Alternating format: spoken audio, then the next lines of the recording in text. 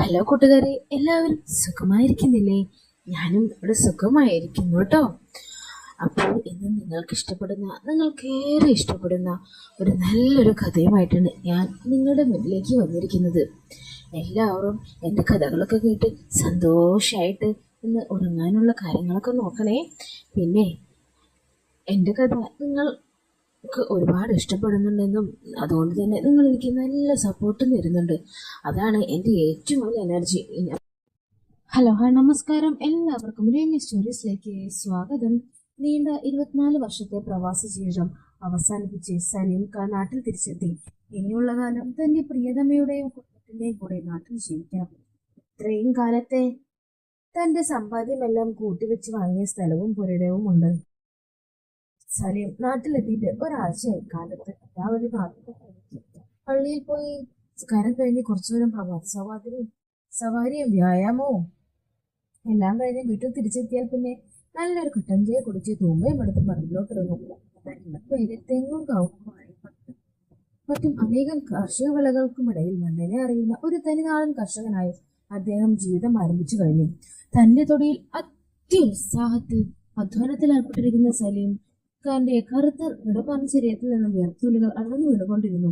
എത്രയോ കാലമായി തന്റെ വിരസമാർന്ന വരണ്ട പ്രവാസ ജീവിതത്തിൽ താൻ സ്വപ്നം കണ്ട ജീവിതമാണ് ഇപ്പോൾ യാഥാർത്ഥ്യമായി കൊണ്ടിരിക്കുന്നതെന്ന് ചിന്തിച്ച് അദ്ദേഹം നിർബുദ്ധി അടഞ്ഞു. വെയിൽ മൂത്തു. നീണ്ട കായികധ്വാനത്തിന് വിരാമമിട്ട് അയാൾ ചുറ്റും നോക്കി.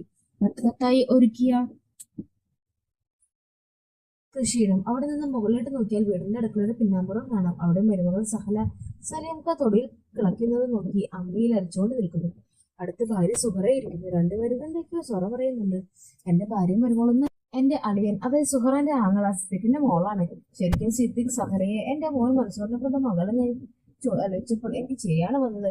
ആ രണ്ട് കാരണമുണ്ട്. ഒന്ന്, കാലത്തിന്റെ കാൽനീതി എന്നൊക്കെ പറയുന്ന പോലെ എന്റെ ഭാര്യ സുഹറ ഒരു രോഗിയാണ്. ആ കാരണത്താൽ നല്ല കല്യാണാലോചനയൊന്നും വരാത്തത് കൊണ്ട് അവളുടെ പാപ്പ കുറച്ചെറുക്കനായി എന്നെ കൊണ്ട് അവൾ നിൽക്കാൻ ആലോചിച്ചു. കെട്ടിച്ചേക്കാൻ 3 പെങ്ങന്മാരെ നാട്ടിൽ പറയത്തക്ക ജോലി കൂലിയും ഒന്നുമില്ലാത്ത നടന്നിരുന്നു എനിക്ക്. അവളുടെ പാപ്പ ഓഫർ ചെയ്തതിനോ പിന്നെ ഗൾഫിലോട്ട് ഒരു വിസയും കിട്ടിയപ്പോൾ അവളെ ഞാനങ്ങ് കിട്ടി. എങ്കിലും ചെറുപ്പം മുതലേ അവൾ എനിക്ക് ജീവനായിരുന്നു.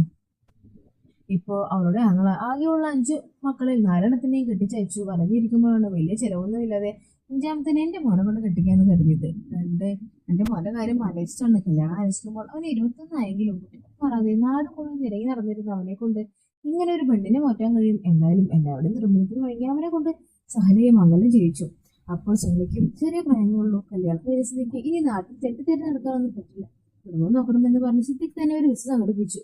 അവനെ ഗൾഫിലോട്ട് കൊണ്ടുപോയി. മോനൊരു നിലയിലെത്തി എന്ന പ്രതീക്ഷയിൽ ഞാൻ പ്രവാസം അവസാനിപ്പിച്ചു. അങ്ങനെ ഓരോ കാര്യങ്ങൾ ആലോചിച്ച് സലീം പണി മതിയാക്കി വീട്ടിലേക്ക് നടന്നു. തൂമ്പ വീടിന് പുറത്ത് ഒരു മുലയ്ക്ക് വെച്ച് പുറത്തുള്ള കുളിമുറിയിൽ കയറി കുളിച്ച് വൃത്തിയായി ഒരു ഒറ്റമുണ്ടെടുത്ത് വീടിന്റെ വരാന്തയിൽ ചെന്നിരുന്നു. കയ്യിലുള്ള തുറത്തുകൊണ്ട് വീശി ഉഷ്ണമകറ്റി. സുഹറ കുറച്ച് കഞ്ഞിവെള്ളം എടുത്തേ അയാൾ അകത്തേക്ക് വിളിച്ചു പറഞ്ഞു.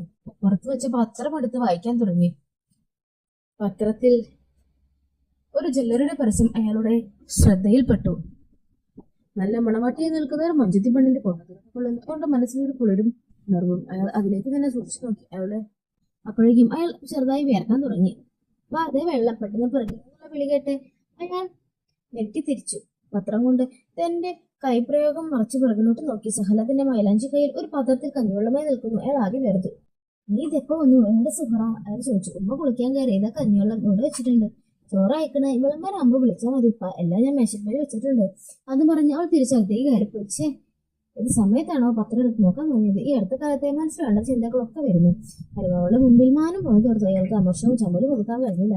അയാൾ അവിടെ തന്നെ ഇരുന്നു. മനസ്സിൽ വീണ്ടും ചുമത്താൻ തലമുക്കി. വീണ്ടും മനസ്സിലേക്ക് വേണ്ടാത്ത ചിന്തകൾ ഒക്കെ വായ ചോറ് തണുക്കും. അകത്തുനിന്നും സുഹൃത്തെ സലംകാരെ വിളിച്ചു. ഒരല്പം നിശ്ചയത്തെ അയാൾ അവിടെ നിന്ന് എഴുതി പത്രം ഉമ്മറത്തേക്ക് എടുത്തെറിഞ്ഞു. അകത്തേക്ക് പൊളിക്കാ വരുന്നു. അയാൾ അകത്തെ മുറിയിൽ പോയി തന്റെ ഒറ്റം കൊണ്ട് മാറ്റി നല്ല വസ്ത്രം ധരിച്ചു. ഡൈനിങ് ഹാളിൽ വന്നിരുന്നു. അവിടെ സുഹൃത്ത് ഇരിക്കുന്നുണ്ടായിരുന്നു. നിങ്ങളവിടെ എവിടെയായിരുന്നു? എത്ര നേരെ വിളിക്കുന്നത്? ചോറ് ആറിയിട്ടുണ്ടാവും, സുഹൃത്തെ പറഞ്ഞു. മുമ്പ് ആണെന്നതിൽ സലീംക്ക് ഒരു അല്പം ദേഷ്യം തോന്നി. നീ എവിടെ പോയി കിടക്കുമായിരുന്നു? മനുഷ്യന് കുടിക്കാൻ ഒരു അല്പം വെള്ളം ചോദിച്ചിട്ട് എന്തൊരു കഷ്ടമെന്ന്. ഞാൻ കുളിക്കാൻ പോയതല്ലേ, ഞാൻ സഹലിനോട് പറഞ്ഞിരുന്നല്ലോ. പിന്നെ എന്താ? ഒന്നുമില്ല, കുന്തം. ഒരു നപ്പിച്ച നേരത്തെ എന്റെ പുള്ളി. നമുക്കിത് എന്തിന്റെ കട? സൂറ മുറുമുറുക്കി. നിങ്ങൾ വേണച്ച കഴിച്ചിട്ട് പോക്കോ, എനിക്കൊന്ന് പോയി കിടക്കണം. എന്തെങ്കിലും വേണച്ച സഹലോട് പറ. സുഹൃത്ത അത് പറഞ്ഞ അവിടെ നിന്ന് പോയി. ഒരു ഗ്ലാസ്സിൽ കുറച്ച് വെള്ളം തരുമോ? സലീംക കുറച്ച് പുറകെ ചോദിച്ചു. അതല്ലേ മേശപ്പുറത്തിരിക്കുന്നത്, എടുത്ത് കുടിച്ചൂടെ? അപ്പോഴേക്കും പുറത്തെ ബഹളം കണ്ട് സഹല റൂമിൽ നിന്ന് ഇറങ്ങി. എന്താ ഉപ്പ വേണ്ടത്? അവൾ ചോദിച്ചു. അങ്ങനെ കുറച്ച് വെള്ളം എടുത്ത് തലയിൽ കൂടി കമഴ്ത്തി കൊടുക്കും. കുറച്ചേറെ തുടങ്ങിയിട്ട് സ്വരത്തെ വിളിച്ചു പറഞ്ഞു. സഹല ചിരിച്ചു. ഉപ്പാനെ മുഖത്ത് നോക്കി. പൂജയിൽ നിന്ന് ഗ്ലാസ്സിലേക്ക് വെള്ളം ഒഴിച്ചു ഉപ്പാന്റെ അടുത്ത് വെച്ച് കൊടുത്തു. സലീംകാക്ക് അവളുടെ മുഖത്ത് നോക്കാൻ ചെറുതായി നാണം തോന്നി. തല താഴ്ത്തിക്കൊണ്ട് അയാൾ ഭക്ഷണം കഴിക്കാൻ തുടങ്ങി. ഇനി എന്തെങ്കിലും വേണോ ഉപ്പ? അയാൾ ചോദിച്ചു. വേണ്ട, അയാൾ മറുപടി പറഞ്ഞു. അയാൾ ഭക്ഷണം കഴിച്ചു എണീറ്റു. അയാൾ പുറത്ത് വരാന്തയിൽ പോയി ഇരുന്നു. ഇനി വെയിൽ അറുന്നവരെ അവിടെ ഇരിക്കും. വെയിൽ തണുത്താൽ വീണ്ടും തൊടിയിലേക്ക് ഇറങ്ങും. പിന്നെ സന്ധ്യ മയങ്ങും വരെ വഴക്കി കെട്ടിയും തൊടിയിലെ കള പറിച്ചും സമയം തള്ളി നീക്കും. പ്രവാസം നിർത്തി നാട്ടിൽ വന്നപ്പോൾ ശരിക്കും സലീംക ഭയങ്കര വിഷാദം അനുഭവിക്കാൻ തുടങ്ങി. നാട്ടിൽ പറയാത്ത സുഹൃത്തുക്കളൊന്നുമില്ല. പണ്ട് കൂടെ കളിച്ചേർന്നവരെല്ലാം പല ഭാഗത്താണ്. പുറത്തിറങ്ങിയാൽ ഒരുപാട് പരിചിതരായ ആൾക്കാർ. സലീംക 1-2 വർഷം കൂടുമ്പോഴൊക്കെയാണ് നാട്ടിൽ വരിക. വന്നാൽ തന്നെ ഒരു മാസം അത് മുഴുവൻ ഭാര്യയും മോന്റെയും കൂടെ ചെലവഴിക്കും. പുഴയിലെ ജോലി കഴിഞ്ഞാൽ ഒന്നുകൂടെ കുളിച്ചു വൃത്തിയെ വീണ്ടും വീടിന്റെ വരാന്തയിൽ നിന്നിരിക്കും. സോറ നല്ല കട്ടൻ ചായയും ചെറിയ പലഹാരങ്ങളും ഒരുക്കി വെച്ചിട്ടുണ്ടാവും. അത് കഴിച്ച് അവിടെ ഇരിക്കുമ്പോൾ അവൾ അടുത്ത് വന്നിരിക്കും വിശേഷങ്ങൾ പറയാൻ തുടങ്ങും. അപ്പോഴാണ് അയാൾക്കും വീടിനും ജീവൻ വെക്കുന്നത്. സലീംക നാട്ടിൽ വന്നപ്പോൾ ഒറ്റപ്പെട്ടു പോയി സഹലയാണ്. ഇപ്പൊ ഉമ്മ എപ്പോഴും ഉപ്പാന്റെ കൂടെയാണ്. അല്ലെങ്കിൽ സന്ധ്യയെ കഴിഞ്ഞ് 2 ആൾ സീരിയലും കണ്ട് നാട്ടുവർത്തനവും പറഞ്ഞ് അങ്ങനെ സമയം കളഞ്ഞാലേ. ഇപ്പൊ ഉമ്മ ഉപ്പാന്റെ അടുത്ത് പോയിരിക്കുമ്പോൾ വീടിനാ സഹല ഒറ്റയ്ക്കിരിക്കും. സഹല മോളെ, സഹല ഇങ്ങോട്ട് വായോ, സ്വരത്തെ വിളിച്ചു പറഞ്ഞു. എന്താ ഉമ്മ? ഉമ്മാന്റെ വിളി കേട്ട് പുറത്തുനിന്ന് സഹല ചോദിച്ചു. ഒന്നുമില്ല വേണ്ട, നീ എന്തിനാ ഒറ്റയ്ക്ക് അകത്തിരിക്കുന്നു? ഇവിടെ ഇരിക്കുക, സുഹൃത്തെ പറഞ്ഞു. സഹല ചിരിച്ചു. അവിടെ ഉമ്മറപ്പടിയിൽ ചാരി നിന്നു. നീ ചായ കുടിച്ചോ? സുഹൃത്തെ ചോദിച്ചു.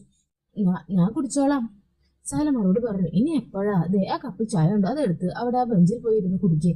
കടി എന്താ വേണമെങ്കിൽ എടുത്തോ, സുഹറ പറഞ്ഞു. സലീമിന്റെ മുമ്പിലുള്ള ആ ടീ പോയിലായിരുന്നു ചായയും കടിയും വെച്ചിരുന്നത്. സലീംക ചരികസയിൽ നിന്ന് എണീറ്റ് അത് അവൾക്ക് എടുത്തു കൊടുക്കാൻ കുനിഞ്ഞു. ദാ മോളെ എടുക്ക്. വേണ്ട ഉപ്പ, ഞാൻ എടുത്തോളാം, അവൾ ഉപ്പാനെ തടഞ്ഞു. എന്നിട്ട് അവിടെ നിന്ന് ചായ ഒരു കപ്പിലേക്ക് ഒഴിച്ച് ഒരു പാത്രത്തിൽ കുറച്ച് കടിയും എടുത്ത് ഉമ്മറത്തുള്ള പടിയിൽ പോയിരുന്നു. തറയിലെ തട്ടം ശരിയാക്കി പുറത്തേക്ക് നോക്കി ചായ കുടിക്കാൻ തുടങ്ങി. ഇക്ക, ഞങ്ങളുടെ ഒരു പഴയ സുഹൃത്തിലെ ആ സഖാവ് ശിവദാസ്, ബസ്രയുടെ അനന്തരവൻ, ഒരു ദേവദാസ്, അയാൾ എവിടെയാണ്? നിങ്ങൾക്ക് ഇപ്പൊ അവരുമായി ബന്ധമൊന്നുമില്ലേ? സുഹൃത്ത് ചോദിച്ചു. അവ UK-ലോ US-ലോ മറ്റോ ആണ് എന്നാ ഞാൻ അറിഞ്ഞത്. ഒരുപാട് കാലം ബോംബെയിൽ ഒരു ക്ലിനിക്കിൽ അറ്റൻഡറായി ജോലി നോക്കിയിരുന്നു. പിന്നെ അവിടെ നിന്ന് ഒരു നഴ്സിനെ കല്യാണം കഴിച്ച് പുറത്ത് പോയി സെറ്റിലായി. ആ എന്നാ ഞാൻ കേട്ടത് ശരിയാ. എന്താ സലീം ചോദിച്ചേ? എന്നാ നിങ്ങളുടെ കൂട്ടുകാരൻ തിരിച്ചു വരുന്നുണ്ട്. അവരുടെ പഴയ തറവാട് വീടൊക്കെ പുതുക്കി പണിത് ദേവദാസ് തിരികെ ഇങ്ങോട്ട് വരാണത്രേ. അവൾ പറഞ്ഞു. നിങ്ങളുടെ ധാര പറഞ്ഞേ? നമ്മുടെ ആ രമണി പറഞ്ഞതാ. അവൾക്ക് കുറച്ചു കാലം അവിടെയല്ലേ പണിയുണ്ടായിരുന്നത്. തറവാട് വീടൊക്കെ മോടിയോട് വെച്ച് മുഞ്ചാക്കിയിട്ടുണ്ടെന്നാ കേട്ടത്. ഞാൻ ഗൾഫിൽ പോയതിനു ശേഷം കുറച്ചു കാലം ഒക്കെ ബന്ധം ഉണ്ടായിരുന്നു. പിന്നെ പതുക്കെ കുറഞ്ഞു. എന്തായാലും പഴയ സുഹൃത്തുക്കൾ ഒരാണെങ്കിൽ നാട്ടിലുണ്ടാവുമല്ലോ, വരട്ടെ. പിന്നെ വേറൊരു കാര്യം കൂടി ഉണ്ട്. നിങ്ങളുടെ സുഹൃത്ത് കല്യാണം വെച്ചിരിക്കുന്നത് ബോംബെയിലുള്ള ഏതെങ്കിലും ഒരു നഴ്സിനൊന്നും അല്ല. പിന്നെ സലീം ചോദിച്ചു. സഖാവ് ചെയ്തത് മസ്ര മോളെ? അവൾ പറഞ്ഞു. പോടി അവിടുന്ന്. ഞാൻ നാട്ടിലുള്ളപ്പോഴല്ലേ അവളുടെ കല്യാണമൊക്കെ ഭയങ്കര ആഡംബരത്തിൽ നടന്നത്. അതൊരു ഡോക്ടറെ കൊണ്ട്. എന്നിട്ട് ആ ബന്ധത്തിൽ എന്ത് പറ്റി? ആലോചിച്ചു. അത് നിങ്ങളൊന്നും നീണ്ടുന്നില്ല എന്ന് തോന്നുന്നു. കല്യാണം കഴിഞ്ഞ 6-7 വർഷം കഴിഞ്ഞപ്പോൾ അവർ വേർപിരിഞ്ഞെന്ന് കേട്ടത്. അതിലൊരു പെൺകുട്ടിയുണ്ട്. സഹനന്റെ പറയുമ്പോൾ ഉണ്ടാവും. സഖാവിന് വയസ്സായപ്പോൾ മോൾക്കും കുഞ്ഞിനും ഒരു ആൺതുണ വേണമല്ലോ എന്ന് കരുതി ആ ദേവദാസിനോട് കെട്ടിച്ചാണെന്ന് കേട്ടത്. ഓരോരുത്തർക്ക് ഒതിച്ചിട്ടുള്ളത് കിട്ടുമെന്ന് പറയുന്നത് എത്ര ശരിയാ? അങ്ങനെ ഓരോ കൊച്ചു വർത്തമാനങ്ങൾ പറഞ്ഞുകൊണ്ടിരുന്നു. അവരുടെ വർത്തമാനം കേട്ട് സഹല ചിരിച്ചുകൊണ്ട് കാലിയായ ചായ ഗ്ലാസും വാർത്തകത്ത് നാണത്തോടെ അകത്തേക്ക് പോയി. നീ ഇതൊന്നും വൻസോറിനോട് പോയി പറയില്ല സഹല. എന്റെ കെട്ടുകൾക്ക് വായ തുറന്നാ പിന്നെ ഈ നാവിനെ ബ്രേക്കില്ല. സലീംക്ക് ചിരിച്ചുകൊണ്ട് സഹലയോട് വിളിച്ചു പറഞ്ഞു. ഇല്ലപ്പാ, അവൾ ഉള്ളിൽ നിന്ന് മറുപടി പറഞ്ഞു. നിങ്ങൾ മാത്രം മോശമൊന്നുമല്ല സുഹൃത്ത്, ഓരോന്ന് പറഞ്ഞു. പിന്നെയും സലീംഖാനെ നോക്കി. അങ്ങനെ സലീംഖാൻ ഭക്ഷണം കഴിച്ച് റൂമിലേക്ക് പോയി. സുഹൃത്തേയും വരുമ്പോഴും ഭക്ഷണം കഴിച്ചു. പാത്രങ്ങളെല്ലാം എടുത്ത് അടുക്കളയിൽ കൊണ്ടുപോയി കഴുകാനും ബാക്കി ജോലികൾ തീർക്കാനും തുടങ്ങി. ഓ പോയി കൊടുത്തു, ഞാനത് ചെയ്തോളാം. സഹന പറഞ്ഞു. വേണ്ട പെണ്ണെ, നീ ഈ പാത്രങ്ങളൊന്നും കഴുകി വെച്ചാൽ മതി, ബാക്കി ഞാൻ രാവിലെ ചെയ്തോളാം. നീ എല്ലാം മതിയേക്ക് പോയി കിടന്നു, നേരം ഒരുപാടായില്ലേ? ശരി ഉമ്മ, ഞാൻ ചെയ്തോളാം. ഉമ്മ പോയി കിടന്നു. ശരി, എന്നാ നീ പോകുമ്പോൾ വാതിലെല്ലാം അടച്ചോ, എന്ന് ഉറപ്പെടുത്തി കിടക്കാൻ പോയാൽ മതിട്ടോ. അതും പറഞ്ഞ് സുഹൃ സലീംഖാന്റെ അടുത്ത് പോയി. എന്താ നിങ്ങൾ ഇത്ര നേരമായിട്ട് ഉറങ്ങിയില്ലേ? കൈപ്പടലും തണലിലാക്കി കിനാവ് കൊണ്ടും പലർന്നു കിടക്കുന്ന സലീംഖാനോട് ചോദിച്ചുകൊണ്ട് സുഹൃത്ത് റൂമിലേക്ക് കടന്നു ചെന്നു.